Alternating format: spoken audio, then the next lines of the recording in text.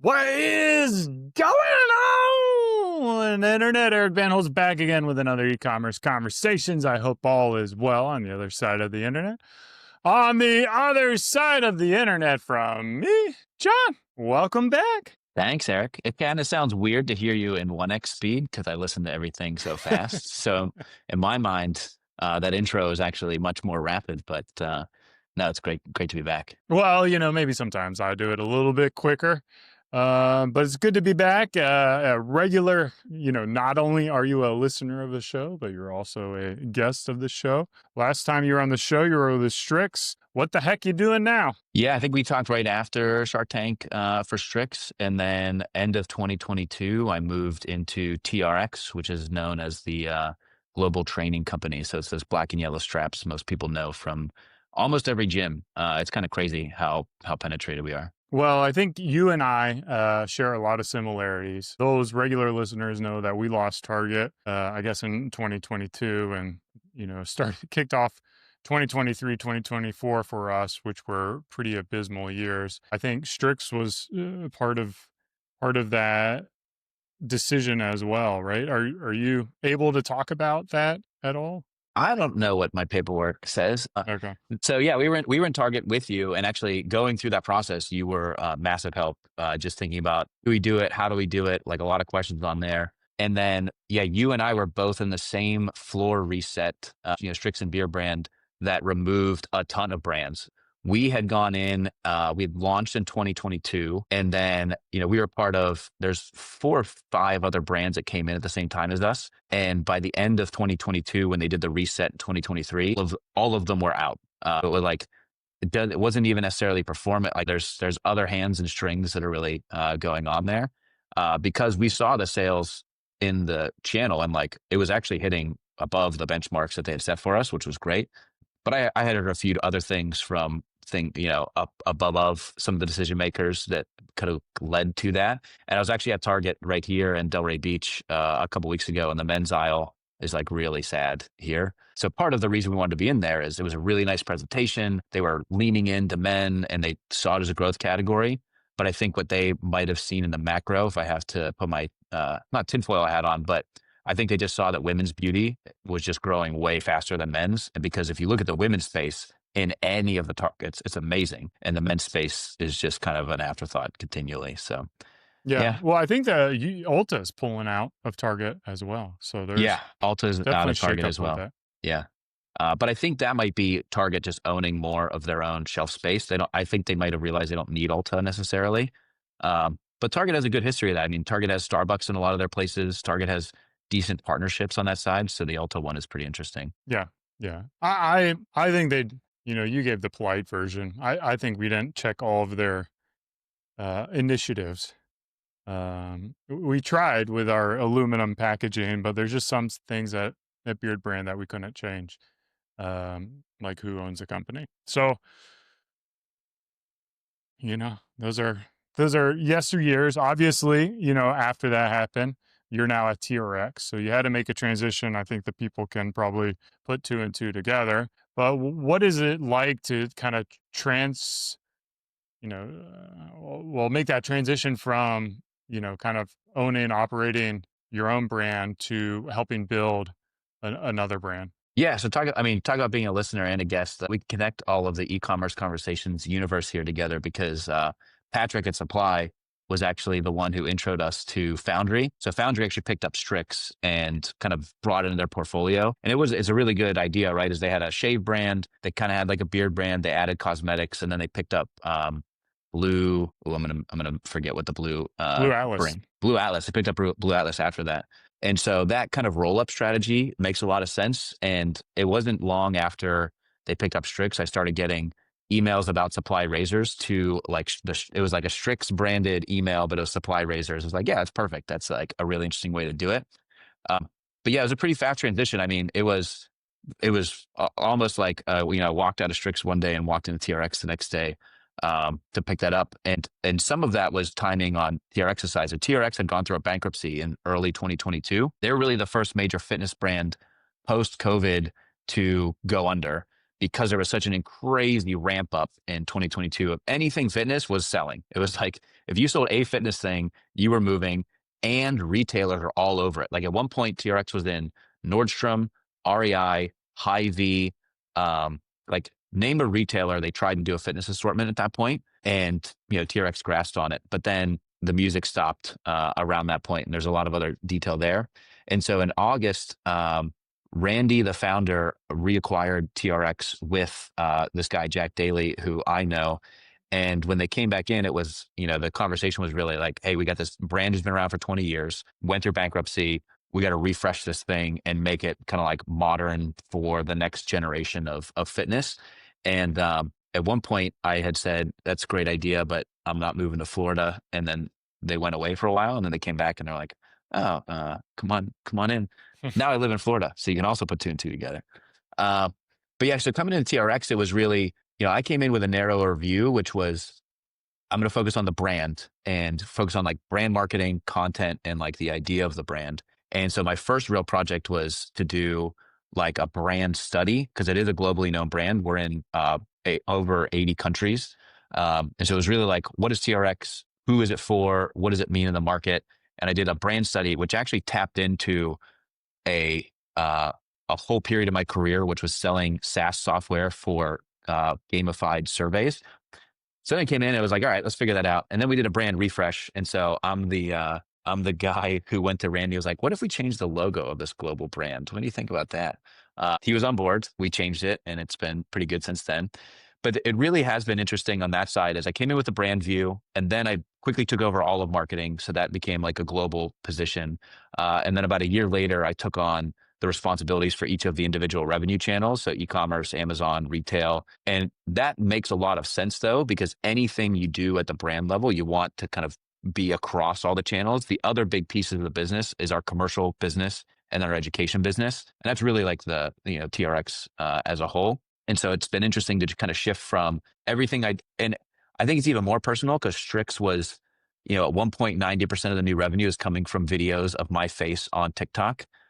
So it was I was like the face of the brand.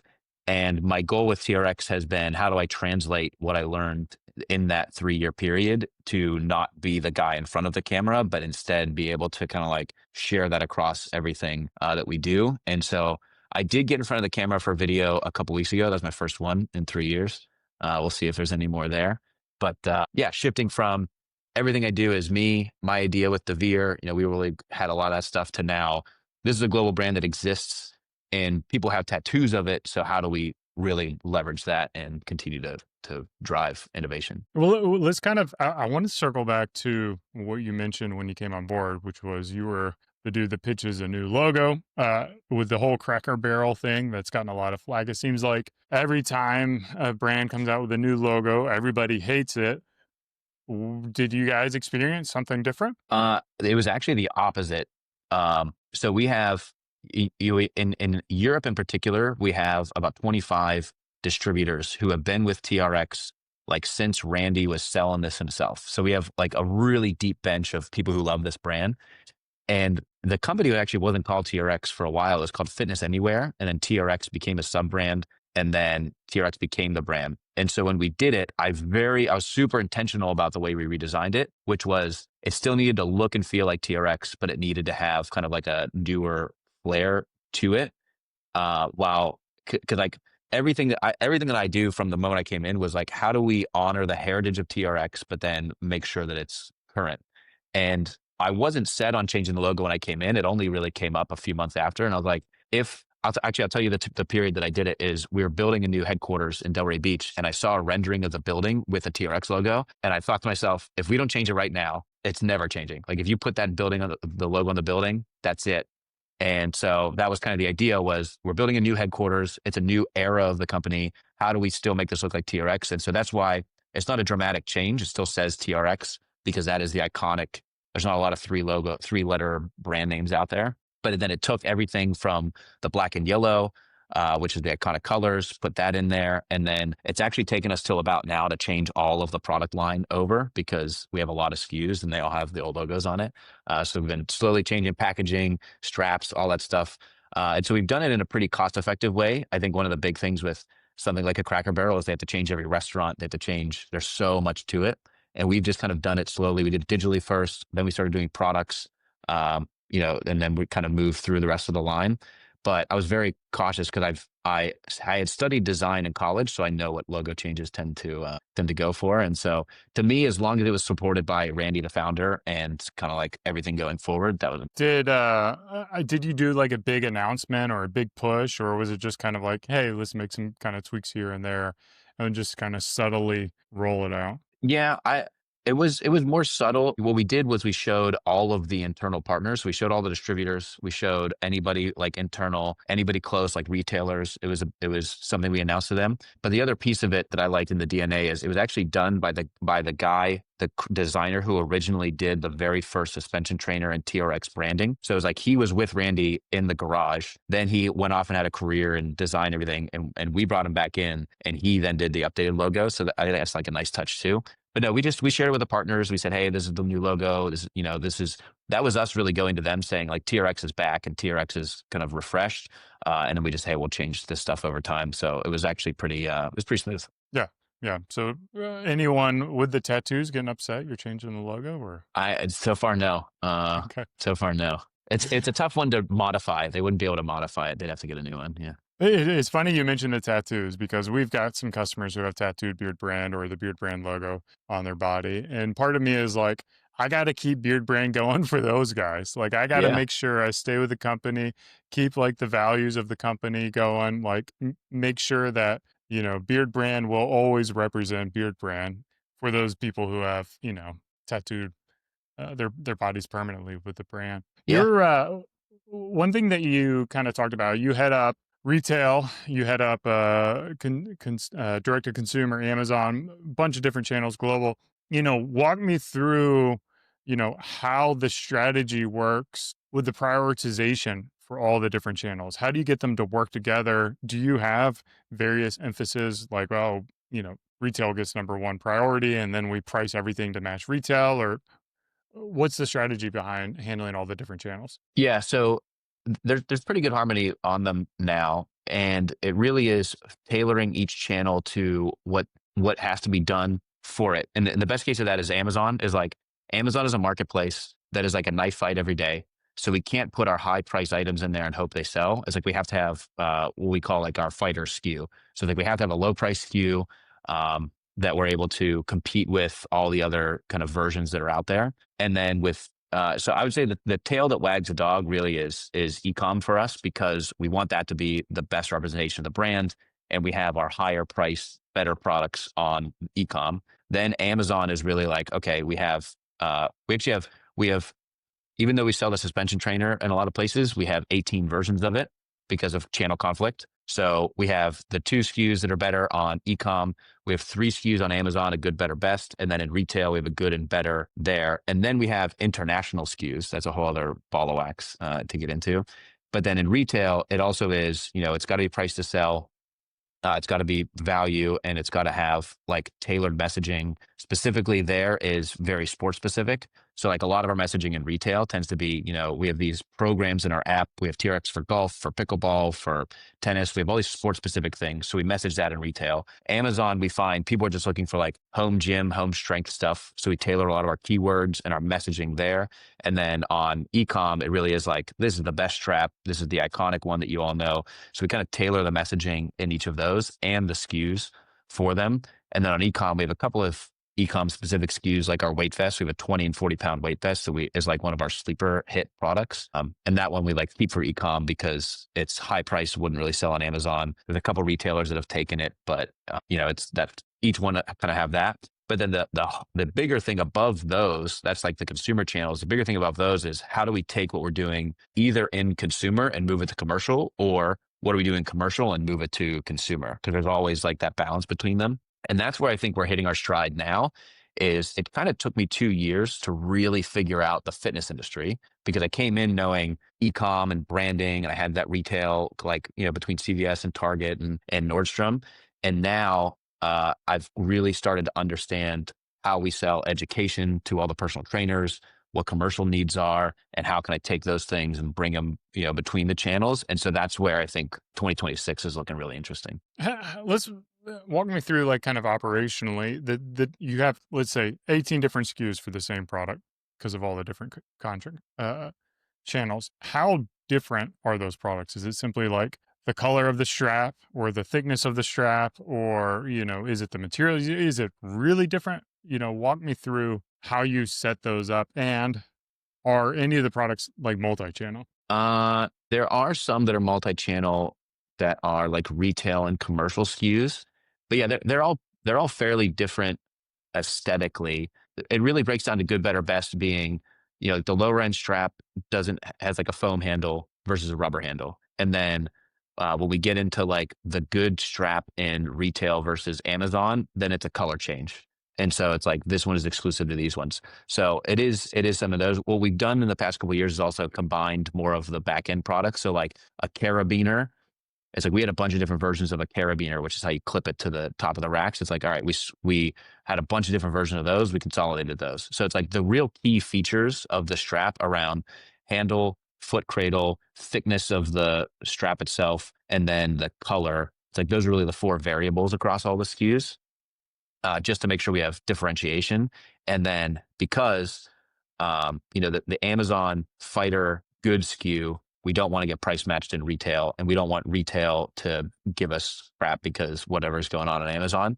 We actually did lower the price in retail to give them the edge because retail kind of needs whatever help it can take at this point. And so yeah, we that's really the variation between them. And I think about it as like, you kind of have your good and better line, right? You have your target line, the nicer one online. It's just a hard good versus a durable good or a consumable. Yeah. Do you find, customers getting confused with that, kind of like shopping on different channels and being like, what's the difference in these? And I think there why is doesn't some, the store sell everything, like, yeah, I think or there's your some, store? but we've tried to be much more clear about the features in each of them to make that just more understandable. I think a lot of it comes down to though is like a person is only willing to spend X amount of dollars on a thing, and so we got to have what they'll spend on it. And it's like some people just won't spend more than $200 on a strap. But some people want the best thing, so they'll find it there.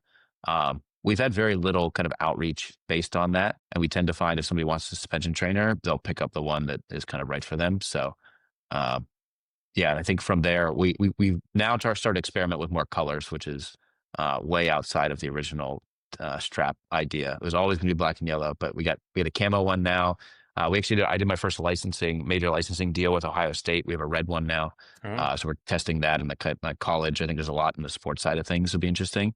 So yeah, I got some Is that licensing. for the commercial side of things? Like, are you working with OSU, or is it for their fans? So it's actually, I mean, that's a really good example. It's both because we have hundreds of suspension trainers on Ohio State's campus in their strength conditioning facilities, their gyms, their rec center. So we did that knowing they would replace a lot of those, and then we have it on our site and in Dick's Sporting Goods that people can buy it as an alumni or as a student.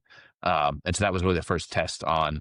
There's a lot of sports affinity. Ohio State was a super early adopter on the suspension trainer, and can we really tap into the affinity that they have? Yeah, and for those who don't watch this on YouTube, which is probably the majority of y'all, you can see right behind John, you've got, it almost looks like a washed out yellow, a bright yellow, a black. Is that like kind of a khaki color, or is Yeah, that? so that's the tactical strap that we sell to the military because we have a Hmm. pretty big military business. Which talk about operations supply chain. We have one of our SKUs that's made in the Dominican, so it's GSA compliant, so we can sell it to the military. So there's all these fun nuances there. That's a whole extra. That's why I have 18. That's one of the 18 is our made in Dominican NAFTA approved version. Is there? I mean, you guys are dealing with how many SKUs? Like, that's a. It We seems have like y'all like have Yeah, I think we have a like ton. 350 SKUs. We have a lot of SKUs because it's not just a suspension trainer. There's other functional training tools within there, and then there's the commercial SKUs that are like our steel rigging and racks. And so we have accessories for those. There's a lot to it. A lot of people are surprised to find out how many we have. Yeah, yeah. Is that a debate internally? Like, should you have that many SKUs? Like, is it too overwhelming, or too? I guess it's strategic. Like, do you really tailor to like kind of each channel, or do you try to go broad and then let them fight it out? Yeah, it's a constant debate. I think there are a lot of SKUs that are specific to commercial that end up driving a lot. So that's a piece of it, and then it really is about what's contributing, because you don't want to have, there's kind of like loss leader SKUs, right? And then there's assortment SKUs. If somebody buys a big rack of steel, they want to fill it with gear, so it doesn't make sense to only sell the gear, not the racks. There's a lot of kind of back and forth on that, but we'll we'll figure it out. how how does it go? There's probably some listeners now who are contemplating, hanging up their cleats or moving their e-com business to a side gig and then taking on a full-time job. What are some recommendations that you have to come in and work effectively for, an owner or a founder or a company if they're working for a larger company? Like, how do you provide value and navigate let's call it the bureaucracy that exists in a different organization versus your own bureaucracy? Sure. So I found that the founder skill set is so unique and varied, but there's kind of two parts to this. Is I would talk to a lot of early, I guess, founder curious people when I've done like different events and things. And I tend to tell most people like they should go into a corporate job first. Like if it's people who are coming out of college and they want to like start something, I'm like, just go into a company so that you can be paid to screw up somebody else's thing and like learn what you don't know. And that's how I mean, I feel like that now is like I did that for a while, right? I was at between Apple and a software company. I had done that for 8 years. And I did YouTube on my own for a while. And then I did Strix. And now that I'm back kind of in like a corporate setting, not doing everything, I am able to lean into what I enjoyed the most, which to be fair, Strix was like that too, right? Devere handled legal, finance, all the stuff that I don't want to do, I'm not good at. And instead, and now that's kind of set up here too. I mean, I have a lot more finance literacy from Strix that I'm now applying here. But I think one of the pieces of it coming in was there was an existing team, but because of the context that we came into, it was like, all right, just redo it for what the needs are and how you want to go forward. And so any of the bureaucracy stuff that kind of existed, it was like we cleaned that out in a big way. And then it's just kind of understanding how the different parts all play together in a way that isn't as organic as you kind of built it up from zero. And so going into a place and just, it's like, when I listen to interviews with CEOs, they say the first, whatever, 6 months are just listening. And it was like, that is the real tack to it, is like, listen, listen, listen, understand, understand, understand. Then you can start to take the chisel and be like, oh, I see where this doesn't really work. I see where this doesn't really work. And a lot of that is just really good communication up and down. So it's like, I talk to Jack almost every single day, and it's like, here's what's going on. Here's the problems. Here's what we're trying to do.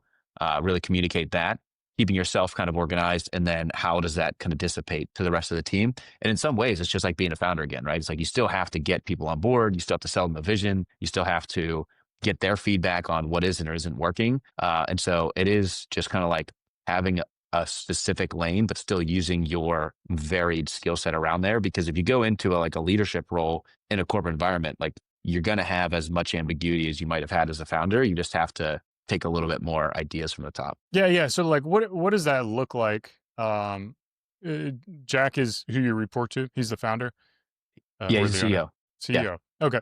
And so, what does it look like? What is he coming at you with? Like the vision that he's trying to sell that you're trying to execute on? Well, I think the real strength there is, he comes at it as a Wall Street guy that says like, I'm just going to put the best team in place and then the things will happen from there. And so it is actually really collaborative on what we're doing. I know like a really good example is 2 years ago, I noticed that there's like these fitness races, particularly High Rocks, that was like very popular. And I was like, we need a thing kind of like that, or we have to get involved in High Rocks. And so that was then me kind of selling him the idea. Then it's like, oh, okay, yes, he was getting enough market feedback. There was that. Then it comes back down. It's like, all right, let's kind of go after this thing. So whether it's something like that, or as we're going into 2026, we're launching a thing pretty soon, which is called TRX Strike, which is a combination of functional training with a Hall of Fame UFC legend.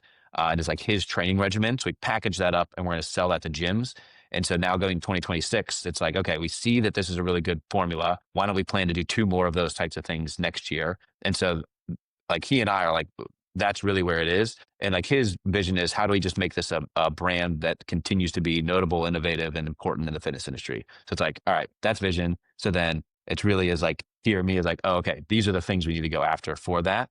And so I think it depends on how, because I've talked to other founders too, is like some founders are like you, right? You're like, I have a way that I want this thing to kind of permeate and be an idea and take it from there. And with Jack, it's more like, here's where we should go. And then it's how do we collaborate on making that come to life, which has been pretty fun to do. Does he implement like an EOS? Is that coming from him, or is that kind of on each department's? That's me. I like EOS. I use the rock system. I use level 10 meetings. I use all that like within my team. Part of what I've just done in the last like 6 to 8 months has been like, all right, why don't everybody use EOS? Why don't we kind of shift here because it's working so well on my side. And so I think, I mean, that's something that he would like leave up to us, right? Is like, what is the system you want to use? What, that sort of things. Yeah, I really like the EOS stuff. You get a lot of silos from that. Like if you and your team are operating one way, and then commercials operating in a different way, products operating in a different way. Like, do you have a lot of conflict in that? Not a lot of conflict. I think I think because the marketing team, the thesis really when I came in was like we are the shared services arm for everybody. And so we're pretty proactive about being like, what does education need? What does commercial need? What does e-commerce like? We're kind of like that central hub of things. So the fact that we're kind of all buttoned down and we're just going and grabbing kind of the information that we need from the different places, it's worked out pretty well. Yeah. And then are you driving product as well, or are I y'all mean, it seeing? kind of split between commercial and consumer. So like we actually have three products that are going to launch in Q4. That was kind of like one of them was very much like I need this product and let's get this thing through the pipeline. It's like a variation of our weight vest, and then we have two other products. Actually one of them comes from Randy, the founder. He was like, I've had this concept sitting in the backyard for a while. I want to bring this thing forward. So that's also pretty collaborative. Is like it's a little bit of like what is retail and what am I seeing that we might be able to do on Amazon? What does Randy the founder have because he's invented a lot of things, and what else is out there? So like we actually did an acquisition in the first year of this thing called a Y-Bell. It's like a 4-in-1 kettlebell dumbbell push-up stand, and that one came from a trade show, and it was like, hey, the founder wanted to take it like into the TRX ecosystem. We did that, and so it could come from anywhere really. Yeah. Yeah. One of the things we talked about before we hit record was like licensing for a retail application. Walk me through, like, if you have a brand, how you can start establishing those collaborations and, really, this seems to me like a really high margin. Yeah. So there's in licensing, which is like what we did with Ohio State. So like we'd signed an agreement with Ohio State. We made a version of the Ohio State strap. We work with Ohio State. We pay them a royalty. And then there's out licensing, which is like for us, it would be, do we want to put TRX on another product that we don't make? And so it's taking that Ohio State concept, right? It's like we're the maker. We are the specialist and the suspension trainer. We just want Ohio State's brand. And then could we then take the TRX brand and put it on other products? And that is a pretty interesting structure, but you have to be pretty well established for it. Like the brand has to mean something in the market that you're going after. And for us, it's like we're a functional training brand, very authentic kind of training brand. So we can then go out and make other products that are training products that carry the brand, and that will then be more enticing to a consumer to buy versus something else that's on the shelf that might be private label at Dick's or some other no name brand. And so that's kind of like what we're looking at in 2026 now. Yeah. How are those deals set up? How are those partnerships found? Is there just do you have a sales team that's like knocking on the doors for products they Yeah. like, or So we've had a lot of inbound on that of companies who want to do it. The licensing space is interesting because I actually had some experience with it at my software days because a couple of the accounts that I had sold back then were the kind of people who make like the graphic tees at Target. It's like there's like 5 or 6 vendors that make all the graphic tees and apparel at Target, and it's just a bunch of dudes like cranking out graphics. So I had worked with some of them already, and so that industry is really interesting because it's really a bunch of like supply chain savants who like can crank out product, and they will or will not license a brand. They might do private label for like major brands, or they will kind of like try to build their own brand. And from what I've seen, there really isn't like a professionalization of that group where you can be like, oh, I'm just going to go find some licensors. It's like the way that we are getting connected to some of those. It's like I'm going to our retailers and saying, we want to make more products. Who do you have that's doing these licensing? And then they're giving me the referral to some of these brands. Like Dick's Sporting Goods is a really good example where, if you go in and look at their assortment, you have Everlast product and Reebok product and New Balance product in the fitness category, right? Not apparel. So it's like you have Reebok resistance bands and New Balance jump ropes. It's like those are made by a licensor who is paying a, I don't know, 5% royalty to New Balance for expanding the New Balance portfolio. New Balance's benefit is they get more people seeing the New Balance brand as long as the product is good. And that's pretty typical. Like even in Walmart, if you look at their fitness assortment, 60% of it is made by somebody else. 40% is private label. 60% is licensed brands, and it could be any of those brands I just named and mentioned. And that's kind of like the scrum of the retail space, which is pretty interesting. Yeah. Yeah. It's a completely different world. And it seems like something I would want to get into, but I just don't know how it would work or how we could execute that. Um, Well, it seems or like you did a even, little bit with your trimmer, right? You did the trimmer with Eric at Brio. yeah. Yeah. So, I mean, that was kind of more of a collab because we brought the products. I would love to have just sponsored beard brand for him and him to just kind of take over it. But maybe that's what we do is just get him something and he can do Yeah, some it's a little bit like royalties on that. it. It's like your expertise is not in making razors and trimmers, right? So you go to Eric on it, Yeah. um, and kind of expand from there. And it's like for you, accessory products. Although you've done this, right? You've done the combs yourself, like you've done that in house. So it's like, what are the products in the kind of like beard care, man space? Could you get into? It's like even apparel. I think you've done your own apparel or at least some limited drops. That's what we're looking at now is, we did our own in-house apparel, and TRX historically has done a lot of apparel with Under Armour.